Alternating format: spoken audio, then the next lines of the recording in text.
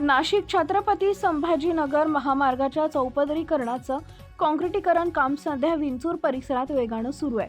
मात्र या कामामुळे रस्ता अरुंद झाला असतानाच काही वाहनधारकांच्या शॉर्टकट आणि ओव्हरटेकिंगच्या नादामुळे शनिवारी दुपारी साधारण 11:30 वाजता विंचूर कांदा मार्केट समोर भीषण वाहतूक कोंडी निर्माण झाली.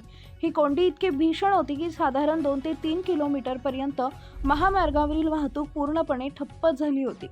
सध्या महामार्गाचं काम सुरू असल्याने एका बाजूची वाहतूक बंद करून दोन्ही बाजूंची वाहनं एकाच लेनमधून सोडली जात आहेत.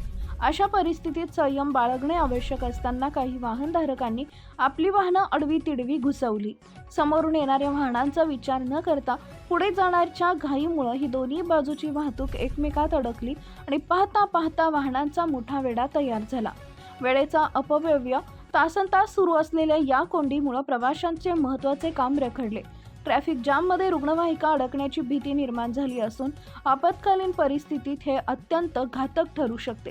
स्थानिक बाजारपेठेत येणाऱ्या नागरिकांनाही या कोंडीचा मोठा मनस्ताप सहन करावा लागला. रस्त्याचं काम पूर्ण होईपर्यंत या ठिकाणी वाहतूक पोलिसांची किंवा संबंधित ठेकेदाराच्या सुरक्षा रक्षकाची नेमणूक करण्याची मागणी नागरिक करतायत. तसेच बेशिस्त वाहनधारकांवर कडक कारवाई करण्याची गरज व्यक्त होतीये. रस्त्याचं काम आपल्या सोयीसाठी सुरू आहे, मात्र वाहनधारकांनी शिस्त पाळली नाही तर अशा प्रकारे तासनतास खोळंबून राहण्याची वेळ सर्वांवरच येईल. त्रस्त प्रवासी. दिंडोरी वृत्तांत न्यूज तालुका प्रतिनिधी सुनील क्षीरसागर, निफाड.